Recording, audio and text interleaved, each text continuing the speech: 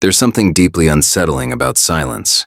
Not just the absence of sound, but the kind that hums with something wrong, the kind that hangs in the air like a held breath.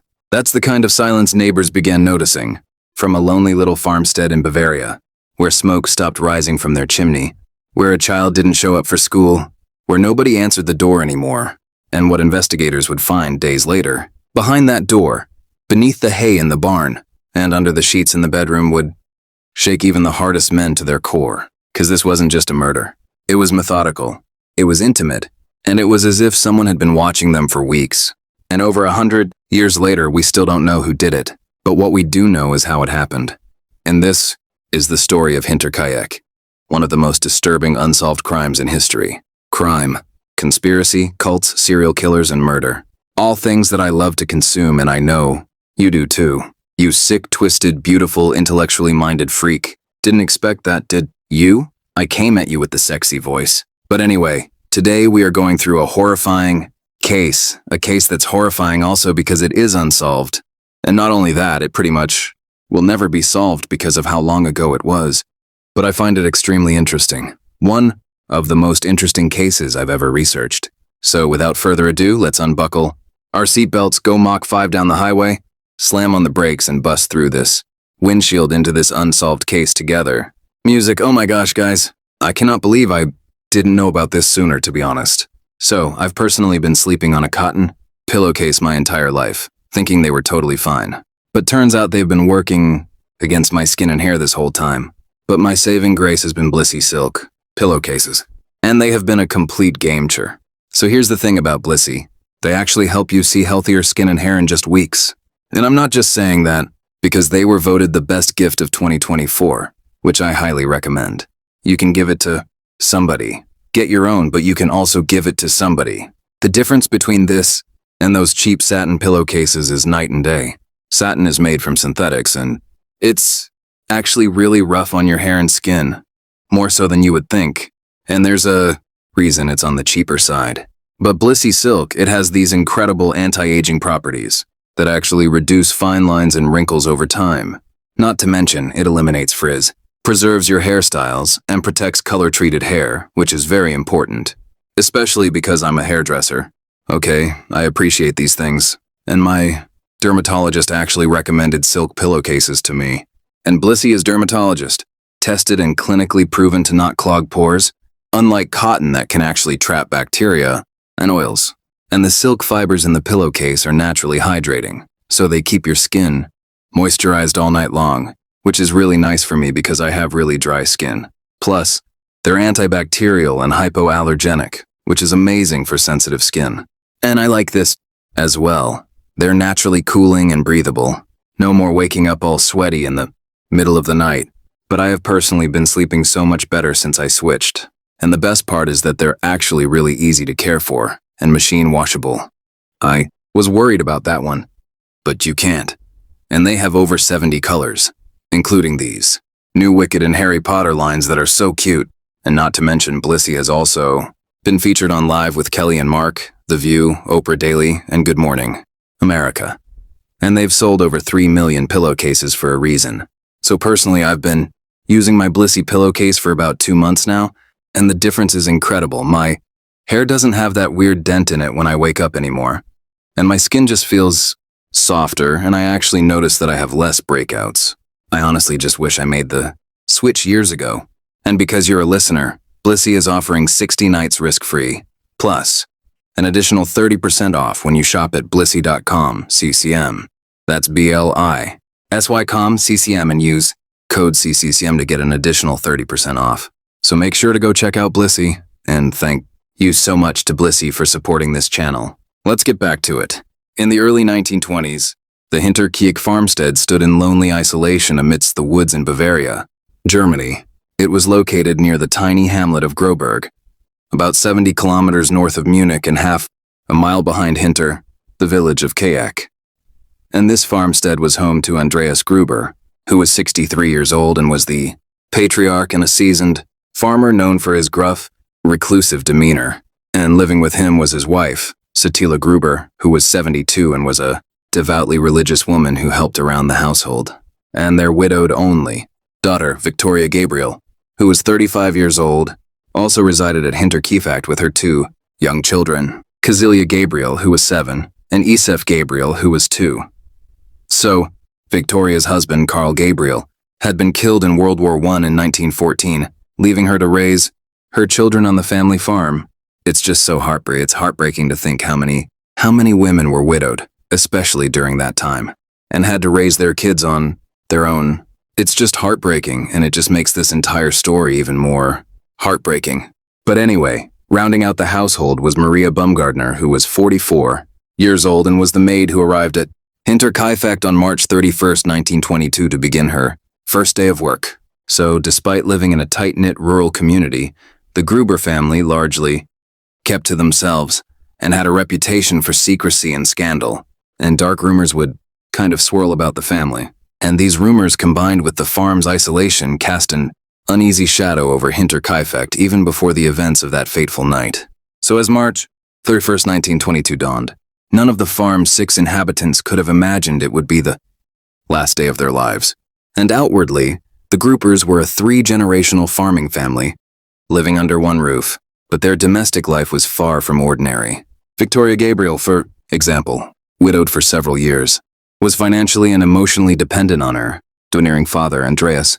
And Andreas Gruber had a history of abuse, and it was actually documented in court that he had been saying his daughter. And in 1915, both Andreas and Victoria were convicted and jailed for incest. Victoria was 2, which is so up as if she had an option, as if she had a choice. But Andreas served a year in prison while Victoria served 1 month, as if that's any better. But despite this crime, Victoria returned to live at Hinterkaifeck, and the community's gossip about their illicit relationship never fully died down, so the scandal isolated the family socially, making neighbors wary and deepening the Gruber's reclusiveness. And further complicating the family's dynamics was the question of young Isef's parentage, because Victoria's toddler son, Isef, had been born in 1919, long after her husband's death, and his father's identity was hotly debated. But Victoria had developed a relationship with a neighbor whose name was Lauren Schlittenbauer after becoming a widow, and both she and Lauren at one point publicly acknowledged Isef as their child, and Victoria and Lauren actually had announced plans to marry until Andreas Gruber furiously opposed the match and drove Lauren away. So the debate is whether it is her father's child or Lorenz's child, but they claim that it is Lorenz's. But I can't even imagine the hold that Andreas has on Victoria, and how horrible that must have felt. So the engagement was broken off and Lauren soon married another woman. However, Lorenz's infant son from that marriage tragically died in 1921, not Isef, but the son he had with the other woman. But this would be an event that would later be seen as potential fuel for resentment. So keep that in mind. So with Lauren out of the picture, suspicion fell back on Andreas Gruber as possibly being Isef's father. And the idea that Isef was the product of incest between Victoria and Andreas was widely whispered in the village. So this family secret, if true, added an even darker tension to life at Hinterkaifeck. So Victoria was torn between protecting her children and appeasing her authoritarian father, and Andreas, described as Scrooge-like and hot-tempered, tightly controlled the household's finances and decisions, just a tyrant. And the elder, Cecilia by contrast, was often seen as quiet, religious woman who tried to keep peace in the family, though it's unclear how much she knew or acknowledged about the incestuous abuse that had happened. So in the eyes of their neighbors, the Gruber-Gabriel family was burdened with shameful secrets. They were respected for their farming skill and church attendance, though because Victoria was actually known for singing in the church choir. Yet they were also shunned for their scandal. So this just fraught family dynamic marked by a forbidden relationships and conflict over Victoria's future just set the stage for a possible eruption, and investigators later theorized that such tensions could provide a motive for violence, as we will see. And that was whether from an insider or someone close to the family. But it was against this backdrop of dysfunction and whispered sins that a series of strange events began to unfold at the Hinterkaifeck farm. So in the months leading up to the murders, the Gruber family experienced a string of unsettling incidents that in hindsight look like ominous red flags. These occurrences, though seemingly minor at first, greatly disturbed the household, and to some hint that the killer might have been stalking the family for some time, which is horrifying. I don't know why, but the idea of somebody like frogging, which frogging in someone's house is like somebody that lives in your house and you don't know it and they just like steal stuff at night and or could be stalking you or something.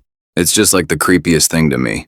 I hate watching those videos, watching people like come down from attics on people's cameras at night and stealing stuff from their fridge. Like the violation is insane. My worst nightmare. So the Gruber's previous maid, Cryer, had to quit her job abruptly in late 1921, 6 months before the murders. And her reason for leaving, she believed the farmhouse was haunted. So the maid reported hearing strange footsteps overhead in the attic at night and could not find a cause, leading her to conclude a ghost or intruder lurked above. And Andreas Gruber at the time just dismissed her fears. But the maid was so frightened that she refused to stay on the farm, which in hindsight was the best decision of her life. So the Grubers had no living maid for several months after her departure, and the eerie noises went unexplained. And then in March of 1922, Andreas Gruber found a newspaper from Munich on the property that no one in the family had purchased. And remember, they live like in the middle of nowhere. It's a really small town, so this is very strange. And it was a paper that none of the neighbors subscribed to either. And its sudden appearance just baffled Andreas. So he initially assumed it had been lost by the postman. But this was not the case. This instead suggested that perhaps a stranger had been on the property. Someone who left behind the newspaper intentionally or not, as a silent clue of their presence, which is just creepy as. And just days before the murders, after a fresh snowfall, Andreas also discovered a set of footprints in the snow leading from the dense forest directly toward his farm. Again, just so creepy. But intriguingly, there was no returning footprints going back to the woods. Get the police.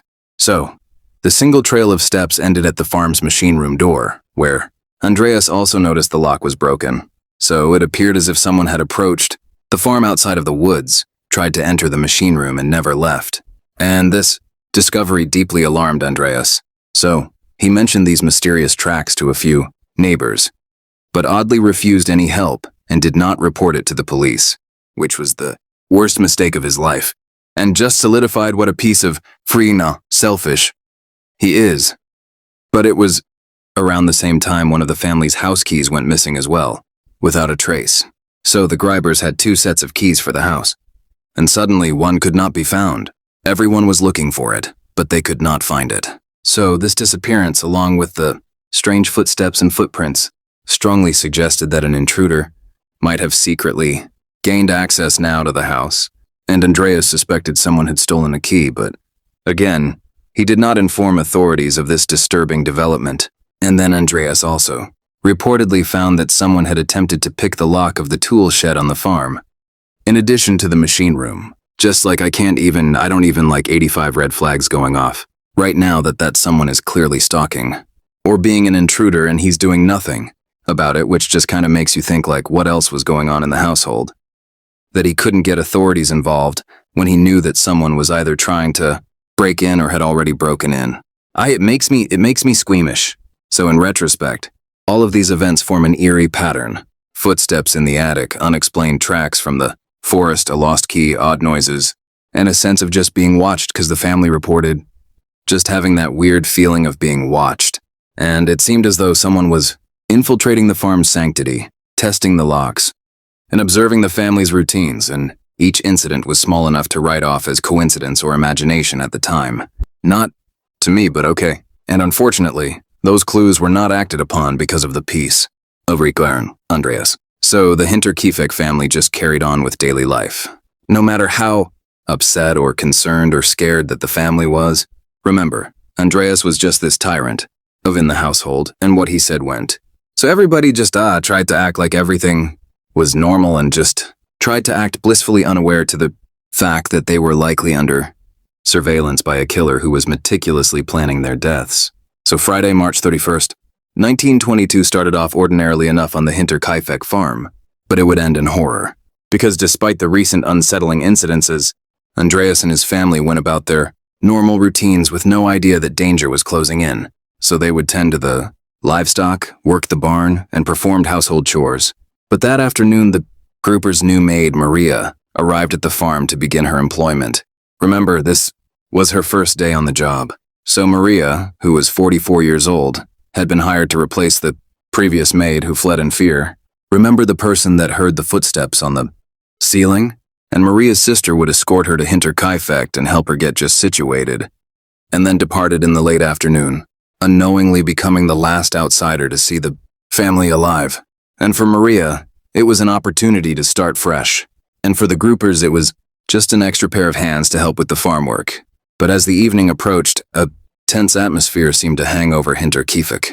And perhaps it was only in hindsight. But later accounts claim there was an unnatural silence, as if the birds and forest around sensed what was to come. And just to preface the specific details about what happened, and what the family was doing as evening approached are unfortunately lost in time. But what we do know is that night was approaching, and a killer was likely already on the property just lying in wait. And knowing what happened after the fact, we can do a pretty accurate reconstruction of what happened that night. So when nighttime approached, Hinterkaifeck on March 31st, 1920, an unknown assailant prepared to execute their plan, and the Gruber family, following their daily habit, began winding down for the night, and, one by one, they would venture into the farm to finish their evening chores for the night. And, one by one, they would meet the killer. So Andreas Gruber was likely the first to go out, and perhaps it was because he heard a disturbance in the stable, like a cow acting restless or an unfamiliar noise, and being the head of the household went to investigate around the barn. But inside the barn's darkness, a figure lay in wait amongst the animals. And in that instant of surprise, the assailant struck Andreas with brutal force using a mattock, a heavy farm tool similar to a pickaxe. And the first blow would land with a sickening thud on Andreas's skull, probably cutting off any cry of alarm. And that's when he would collapse onto the barn floor, likely dead or dying from the blunt force trauma. And that's when Victoria Gabriel would approach next, and she would step through the barn door and stumble upon the dark silhouette of her father's body. And before she could scream, the killer lunged. Victoria tried to fend off her attacker, and there's evidence of striation marks on her neck which suggests she may have been grabbed by the throat in the struggle. But during the fight for her life, the mattock would come down again and again, and Victoria would pass, suffering at least 9 blunt force trauma wounds to her head. So Victoria, now deceased, would lay crumpled on the floor beside her own father. And in the farmhouse, little Cecilia and her grandmother. Cecilia grew concerned at the long silence following Andreas and Victoria's departure, and perhaps little Cecilia clutched her grandmother's hand, and together they went out into the night to see what was happening in the barn with their family. And, unfortunately, they would meet the same fate. And the elderly Cecilia would be hit first with 7 blood to her head with that same mattock, and she would also actually show signs of strangle in the aftermath. And this just kind of reflected a rage or personal malice towards this matriarch and towards the entire family. I mean, this was just such a brutal attack, and then there was young Cecilia witnessing the horror of her family just being slaughtered. And in the barn, she would be the last to fall. And the way this assailant killed this girl was absolutely brutal. In fact, more brutal than any of the other murders. He would not only use the mattock and blunt force trauma to her head after the fact, he would also take a knife to her throat. But, again, it just went on to show how incredibly personal this did feel. I mean, this is an incredibly brutal crime. To kill this entire family and leave the little girl last in the barn, and to kill her in a very methodically sickening way is just, you just think of like what would motivate someone to do this. Obviously, this is not a sane human being. This is a sick individual. But the thought of not knowing who it is just horrifying. So within minutes, 4 members of the Gruber family lay dead or dying in the barn. But the murderer wasn't finished, because the murderer would then methodically arrange and conceal the bodies. And investigators later found the corpses of Andreas, Victoria, the elder Cecilia, and the little Cecilia stacked top one, another in a corner of the barn and covered with layers of hay. So it was as if the killer was tucking them in or hiding the gruesome sight. Maybe he had some semblance of remorse. Often we see serial killers that do have remorse covering victims' faces or putting them upside down so they can't see them, or so they can't look back at the killer. But again, we'll never know for sure. And he would also place an old barn door or board over top of them, perhaps to further cover the scene, or again, perhaps because he had some sort of weird remorse for what he had just done. And meanwhile, back inside the home of Hinterkaifeck, 2-year-old Isef slept in his bassinet in Victoria's room, and the new maid, Maria, retired to the maid's chambers for the night, just oblivious to the fact that death was stalking closer to inside their home. So with the 4 family members in the barn dispatched, the killer walked through the yard to the farmhouse, and the assailant would enter and step into the home now occupied by only the innocent and the unsuspecting, possibly using a key or through an unlocked door left ajar by one of the victims. And Maria, the housemaid who was on her first day of work, may have heard a creaking floorboard or sensed someone was in her room. But in a heartbeat, the killer swung the bloodied mattock down on Maria, and after multiple to her head, she would also pass. But her death specifically seemed to be extremely swift. And finally, the murderer crept into the room where baby Isef slept, and the little innocent boy would be killed in the same way the rest of his family was. Yeah, I don't know. It's just like it's 100 years ago, but it's still talking about any of this stuff. Like, it takes a toll on me. But man, like kids, and it's like it takes a special kind of evil to do anything like this. But a child is just a special place in hell. But in an act of odd compassion or some sort of symbolism, the killer would then cover Isef's body with one of Victoria's dresses from a nearby wardrobe. And, similarly, he had actually covered Maria, the maid's body, with bed sheets as well. So he had covered the entire family. And it just makes you think that this was personal. Was done by somebody who knew them, or by somebody who just felt bad for what they did, after the fact maybe. Again, we will never know. So within the span of a late-night hour, the Hinterkaifeck farm had become a death house. The entire family and their maid lay lifeless, blended with a farm tool with ruthless precision. And forensic examination later concluded that the weapon was likely the Gruber's own mattock, which the killer had found on the property and wielded expertly, and the slaughter was methodical and unhesitating. Yet the covering of the bodies hints at a killer who was not completely indifferent after the act. And, incredibly, evidence showed that at least one victim did not die immediately, and that was young Cecilia Gabriel, surviving a few agonizing hours in the pile of bodies that he stacked on top of each other. So she was still alive for hours after the fact, laying with her own family. I like it. It is actually, I can't even imagine it. Like, it's a horror movie. And forensic examiners knew this because clumps of her own hair were found torn out by her roots in her own hands, indicating that she had regained consciousness, and in terror or in pain, ripped out her own hair before finally succumbing to her injuries. Just absolutely heartbreaking. And autopsies later suggested that the older victims, Andreas and his wife, Cecilia and Victoria, likely died instantly from their injuries because the assailant delivered the blood to their heads with such force that it most likely knocked them out immediately, and they didn't know what happened after the fact, and neighbors would hear nothing. So, with all of these foul, inhumane deeds done, one might assume that the murderer would flee immediately into the night. But the Hinterkaifeck case has one more ghastly twist, and that is that the killer did not leave the farm, at least not right away. So investigators painstakingly reconstructed the likely sequence in which the victims were killed, drawing on blood evidence, positions of the bodies, and autopsy findings. And the forensic reconstruction of their deaths leads to the sobering realization that the entire family was systematically executed. Adult male first to eliminate the biggest threat, adult woman next, then the child, and finally the defenseless maid and infant. And such a methodical approach suggests planning and familiarity. So the killer knew the layout of the farm and the habits of its residents. For instance, that the family might respond one by one to strange noises and that the baby slept in Victoria's room.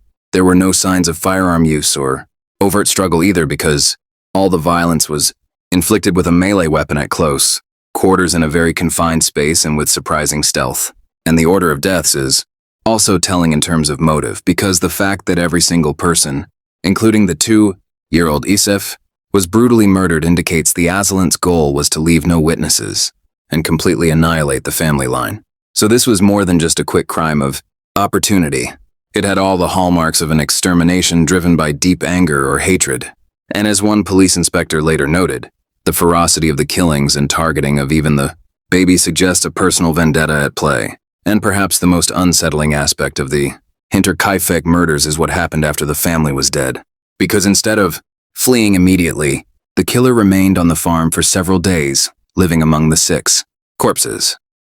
And this is supported by numerous clues because neighbors and later police discovered that the Grubers' livestock were fed and tended in the days following the murders. And by all rights, the animals should have been bawling with hunger or dying of thirst if left unattended for long. But when the farm was finally checked on April 4th, the cattle appeared well fed, and the Pomeranian watchdog was tied up and healthy looking, though barking furiously.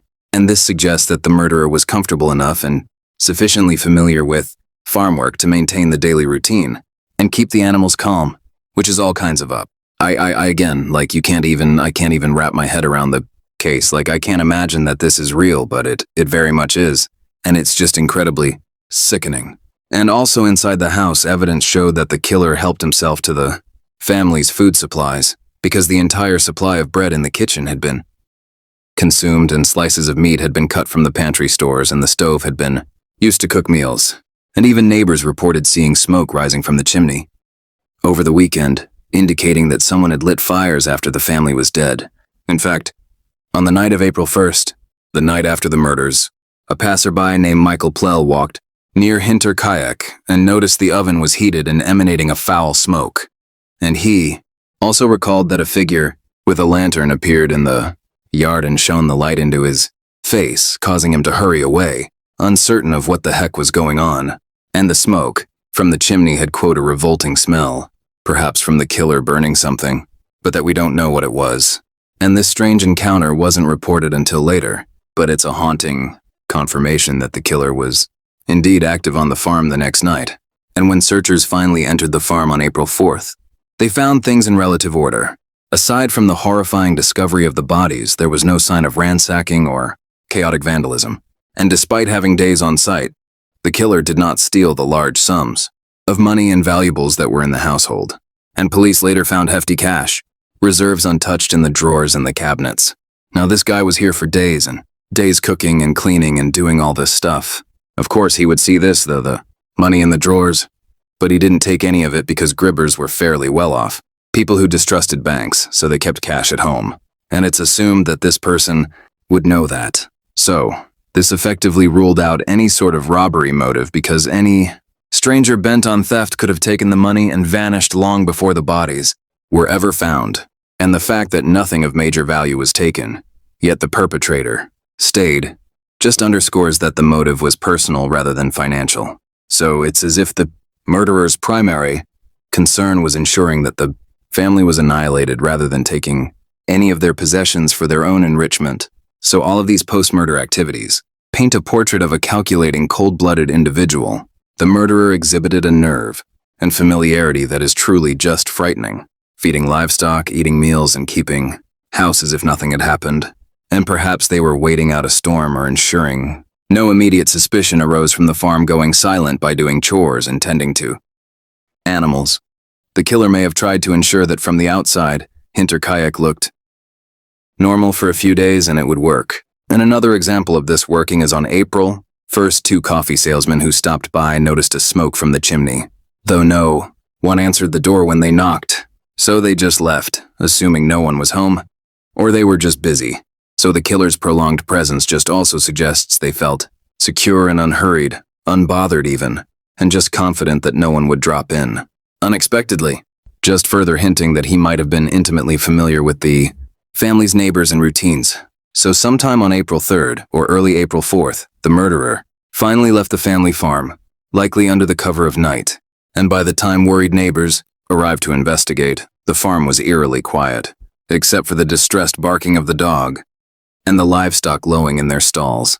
But the killer had vanished like a phantom, leaving behind one of history's most baffling crime scenes. So for 4 days after the murders, the Gruber farmstead lay ominously still, and neighbors gradually noticed the family's unusual absence. And 7-year-old Cecilia did not show up for school on Saturday, April 1st, nor the following Monday or Tuesday. Victoria, who was a faithful member of the church choir, missed Sunday service on April 2nd, raising eyebrows since she seldom skipped. Church and mail began to pile up at the local post office because the family hadn't picked up their post in days. So these signs of trouble prompted concerns, and neighbors would take action. So on Tuesday, April 4th, Albert Hoffner, a mechanic, arrived at Hinterkaifeck, and he would go there to repair an engine and Hoffner would just wait around for about an hour knocking on doors and calling out, but nobody greeted him. So frustrated but needing to finish his job, Hoffner went ahead and spent several hours fixing the engine in the yard, not knowing that the entire family lay dead in the barn and in the home. And after completing the repairs, he just left, later remarking that the situation did feel odd. It was as if the family had intentionally ignored him, which was completely out of character. And by that afternoon, Lauren, along with friends Michael and Jakob, decided to form a search party to check on the Grubers. And Lauren, being a neighbor and also the former love interest of Victoria, was especially concerned that no Gruber family members had been seen since the weekend. And he initially sent his teenage son and stepson ahead to knock on the door. But when they reported silence, Lauren and the others headed over for themselves. And upon arriving, the men found the house locked up tight, so they literally had to break open the barn door to gain entry to the property. And inside the barn, the smell of decay would hang in the air, and Lauren and the others stepped into the gloomy stable and stumbled upon a dreadful sight that would haunt them forever, because in the corner of the barn, they discovered what looked like a pile of hay and straw covering irregular shapes. So when removing the hay, the men uncovered the bloodied, battered corpses of Andreas, Satzilia, Senior Victoria, and little Celia stacked on top of each other. And the state of the bodies, when they were found, were grotesque because the blunt force trauma wounds on their heads were substantial, making them almost unrecognizable. It was just a picture of horror. But Lauren would then do something curious, because while his companions were horrified and hesitant, he proceeded to unlock the front door of the farmhouse and enter alone. And accounts differ on whether Lauren had a key. Some say he produced one that fit the door, which was a bit suspicious, while others say he found the key in the lock or that one of the barn doors was simply unlocked from the inside. But in any case, Lorenz went into the silent farmhouse ahead of the others, and in the dark interior, he soon found the body of Maria in her bed, the maid, just soaked in blood, and nearby in Victoria's bedroom, he would find baby Izef deceased as well. So the search party had confirmed the worst. All 6 residents of Hinterkaifeck were dead and clearly murdered. So the discovery would just send shockwaves through this small little community, and news would spread rapidly that evening across Gruber and in nearby villages that an entire family had been slaughtered. And by nightfall on April 4th, a lantern light and hushed whispers filled the once quiet Hinterkaifeck yard as neighbors stood guard over the scene until police could arrive. And those first onlookers would later be criticized for inadvertently contaminating the crime scene.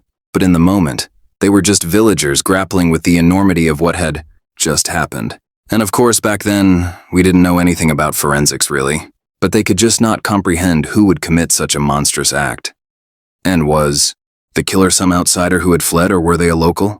But the next morning, investigators from Munich would arrive to begin piecing together this grim puzzle. And the tragedy had been uncovered.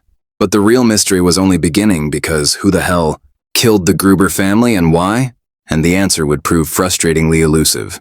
So the police investigation into the Hinterkaifeck murders was launched on April 5th, 1922, led by Inspector Georg Reiner and his team from Munich. And from the outset, the case posed immense challenges, because by the time the officers reached the farm, countless curious neighbors had already trampled through the scene, moving bodies and handling potential evidence. In fact, it's reported that some neighbors had even cooked meals in the kitchen and helped themselves to the family's coffee while, quote, standing watch over the bodies prior to the police arriving, which, again, it's a different time. You don't know about forensic stuff, but they knew, not to go in and move bodies, my God, but I don't know. I feel like I can't really say anything at this point, because very small town, they're all close-knit, and although this family was obviously on the outskirts, especially with all the scandals, they just probably felt like they were helping in some weird way. But this egregious contamination destroyed any pristine forensic clues. Footprints, fingerprints, and other trace evidence were hopelessly compromised. And nevertheless, Inspector Ryan Gruber began the meticulous work of documenting the crime scene as it remained, because that's all he could work with. So the bodies were examined where they lay in the barn and house. And on April 5th, court physician Dr. Johann Baptist L. Miller arrived and performed autopsies on site in the barn's coach house. And it was a macabre setting for an autopsy, but necessary given the era and the state of the bodies. So the doctor confirmed that a mattock or a pickaxe-like farm tool was likely the murder weapon based on the shape of the wounds because of her deep notches and star-shaped lacerations in the skulls corresponded to the blunt or pick ends of a mattock.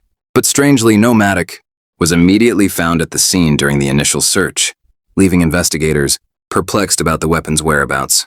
And the gruesome details confirmed that all victims were murdered with the same tools and with extraordinary brutality. And the doctor also made the decision to remove all 6 victims' heads during the autopsy, and the skulls were sent to Munich for further forensic examination. And bizarrely, they would also later send the heads to clairvoyants in an attempt to physically divine the killer, which obviously did not work. But in this day and age, they kind of tried anything because without modern forensics, investigators sometimes tried anything, even the occult, to get leads. But the decapitated bodies were thereafter buried without their heads, which feels so wrong. Like, I understand, but it just feels very sick. So initial police work canvassed the farm and immediate surroundings for clues. And they noted that none of the doors or windows showed forced entry, apart from those the search party broke themselves.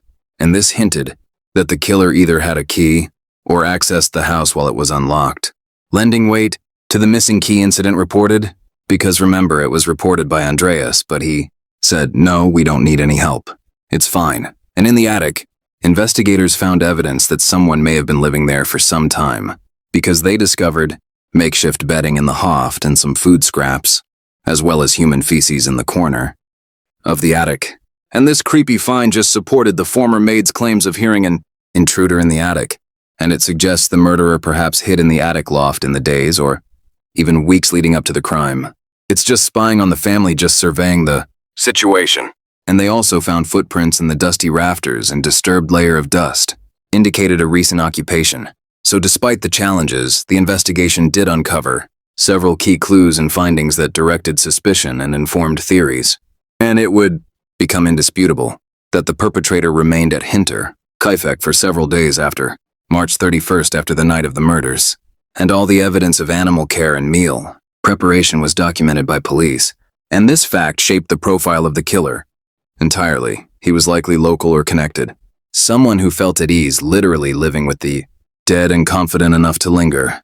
And there was no robbery motive, because investigators found large amounts of cash and valuables untouched in the house. So this quashed the initial hypothesis that vagrants or robbers were responsible for the murders, since nothing significant was stolen. So the motive seemed personal rather than financially driven, like we were discussing before. And initially the murder weapon was missing. But in 1923, during the demolition of the farm buildings, the suspected weapon was finally discovered. And this distinctive farm mattock was found hidden in the loft of the barn roof tucked above the rafters. And it was identified by a former farmhand, George Zagel, who recognized it as a tool Andreas Gruber had crafted himself. And this suggests that the killer hid the weapon on site, perhaps intending to mislead the search or because he left in a haste. And interestingly, some sources state that a pair of broken murder weapons were found, and those were a mattock and a small penknife. And a penknife was indeed found on the property, but could not be linked to any victim, raising speculation it might have belonged to the perpetrator who lost it. And one rumor involves the mention of a missing penknife by a suspect's mother, but it was never conclusively tied to the crime.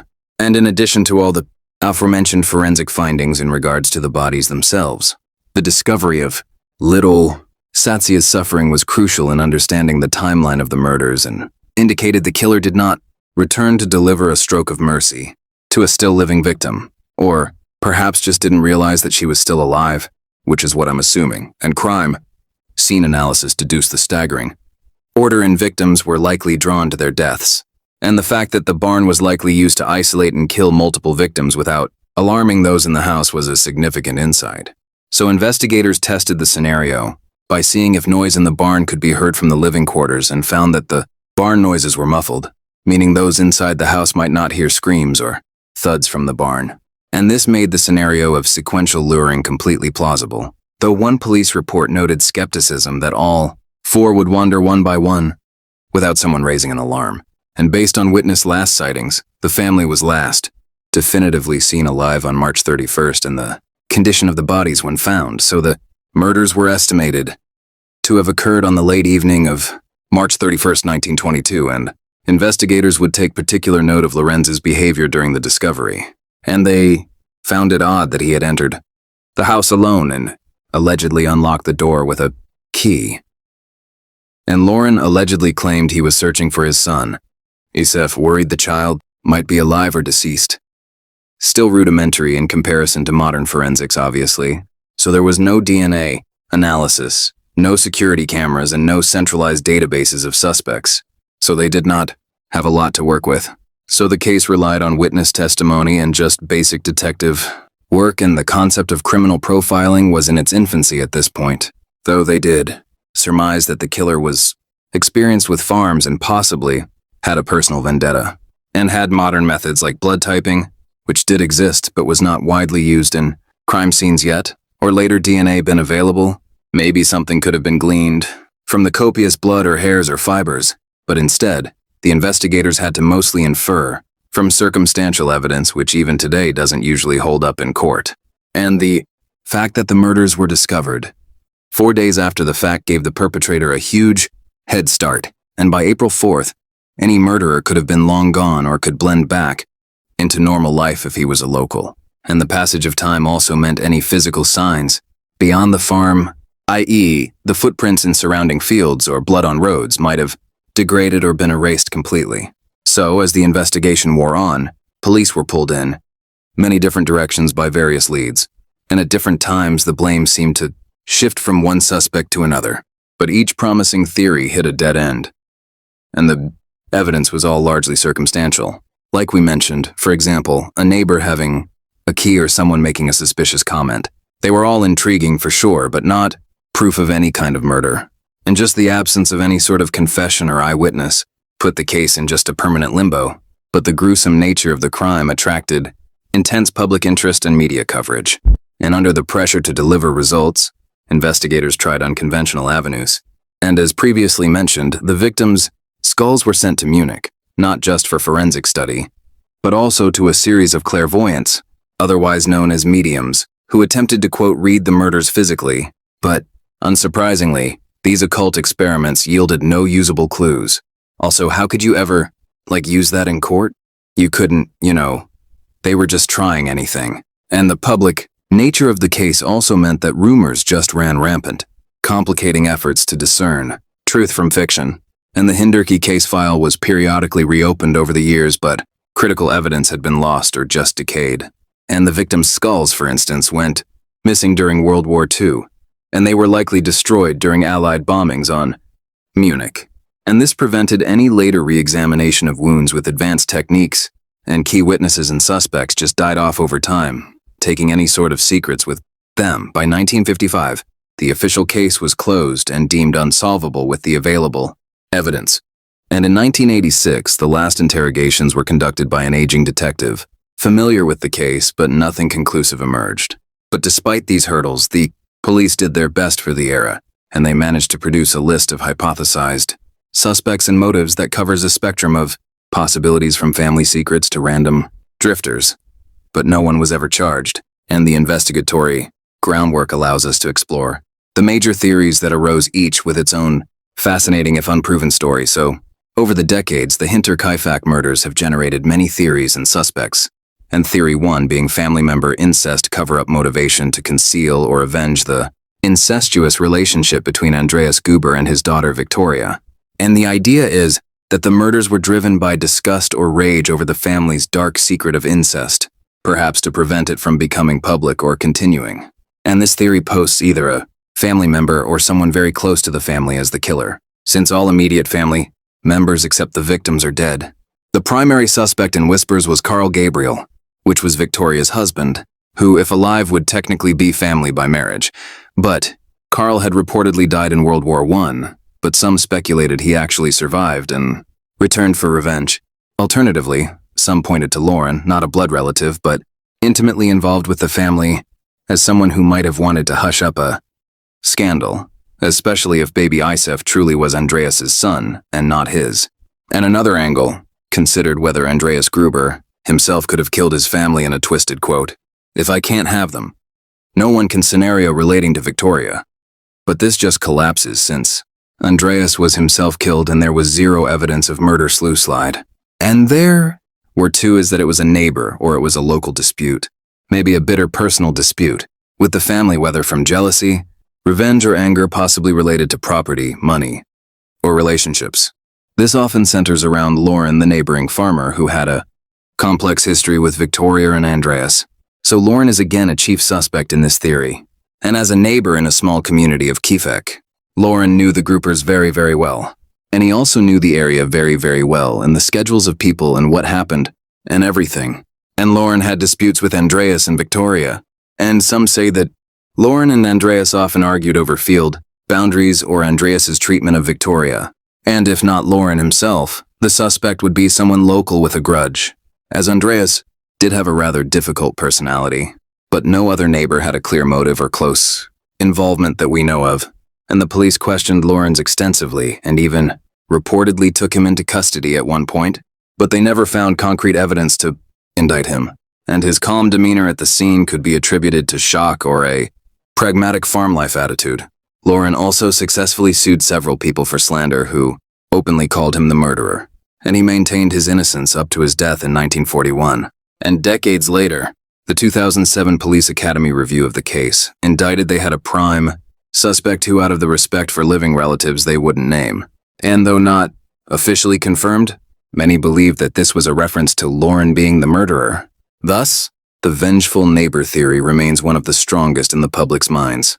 Because if anyone, Lauren had motive, whether the paternity dispute, resentment, or jealousy. And he also had knowledge and proximity and perhaps the personality to commit such a crime and then coolly manage the aftermath. But again, we don't know that for sure, and that is just an alleged theory. And then theory 3 is a mysterious stranger motivation. And that is that it was just a violent random impulse by an outsider, possibly a deranged, transaden escaped convict or a serial killer who stumbled upon the farm and took the opportunity to kill. And the suspect wasn't necessarily one single person, but rather the idea that one or more unknown assailants with no personal connection to the Grubers committed the murders.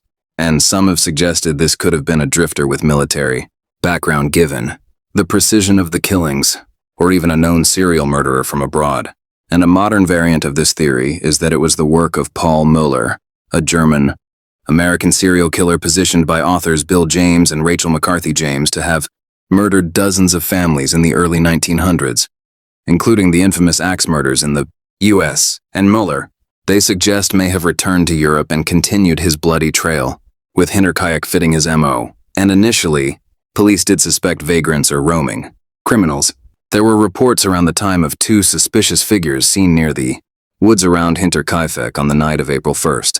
In fact, a butcher named Simon Reisender saw two strangers at the forest edge, who turned away to hide their faces when spotted, just fueling speculation they might have been the murderers fleeing the scene. However, no one knew who those men were, and they never came forward.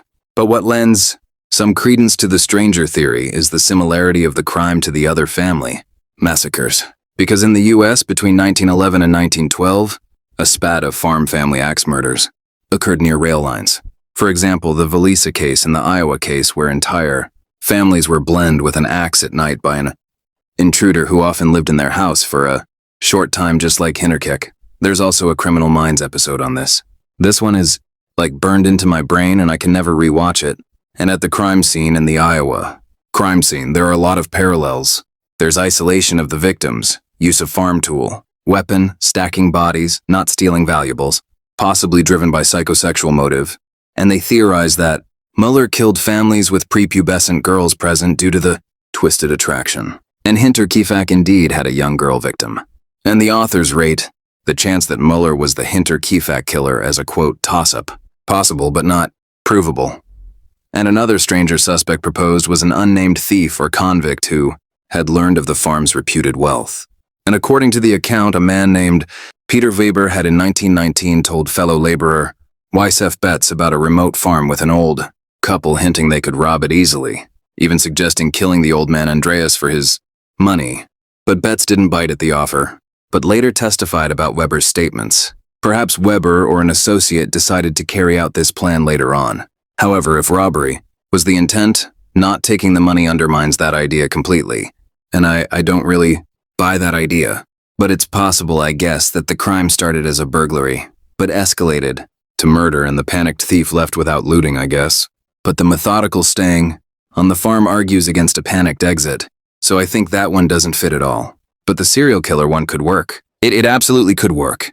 I have no idea. And theory 4 was inheritance, because there was potential suspects who included people who knew the family and who also knew the family had money and would gain financially from their deaths. And this ranges from opportunistic criminals to extended family or even acquaintances. And a few names emerged from this. One was the Bickler brothers. Anton and Carl, and a man named Gorg Siegel, were implicated by former maid Krager, the one that left because she heard footsteps in the attic. And Anton had worked on the farm, and allegedly said the family, quote, "you" to be dead, possibly eyeing their money. And the maid noted that the normally vicious farm dog never barked at Anton, implying he could move about the farm without alarming the family or the dog. And she also recounted a night when a stranger whom she thought was Carl talked to her through a window.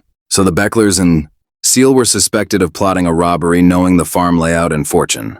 And Seal, in fact, allegedly stole some small items from the farm in 1920 and knew Andreas kept money in the house. And he also claimed to have carved the very wooden handle of the mattock years before, knowing it was kept in the barn passage. But despite the suspicious indicators, there was no direct evidence tying them to the murder that night. Anton and Carl Bickler had criminal reputations for theft, but no charges for the murders stuck, and the Thaler brothers, Isef and Andreas, were two local troublemakers known for burglaries. And the same former maid recalled that Isef Thaler once stood outside her window asking about which family members slept where and boasting he knew that they had a lot of money, which is creepy. And also, people apparently liked talking to this former maid through her window a lot, which is weird. But she suspected that the Tylers might have spied on the farm and conspired to rob it. And when she didn't answer Isef's question, she noticed another person's silhouette near the machine house, suggesting Isef wasn't alone. And like the Bicklers, the Tylers were investigated, but never formally accused due to zero evidence. And then there was extended family, because Andreas and Cecilia Gruber had surviving relatives like Andreas's arranged brothers or distant kin and Victoria's in-laws, the Gabriels. But none appeared to have had a clear claim or interest in the estate. But it wasn't fully ruled out that a relative might have wanted to gain inheritance or settle a familial grudge. And ultimately, no extended family members were implicated in the murders. But each theory mentioned has its allure and its flaws. And to date, no theory has emerged that satisfies all of the facts conclusively. And most researchers lean toward a personal motive. Hence, suspects like Lauren or someone close because of the nature of the crime. But the lack of closure means every theory from neighbor to drifter remains on the table in the public imagination. But like I said, in 2007, they reopened the case and they found a pretty good suspect. But they ultimately did not publish the name, citing respect for living relatives of the suspect. And this discretion strongly suggests that the suspect was a local person whose family still resides in the area. And it's widely inferred that the suspect was Laurent or someone similarly close by, given that profile.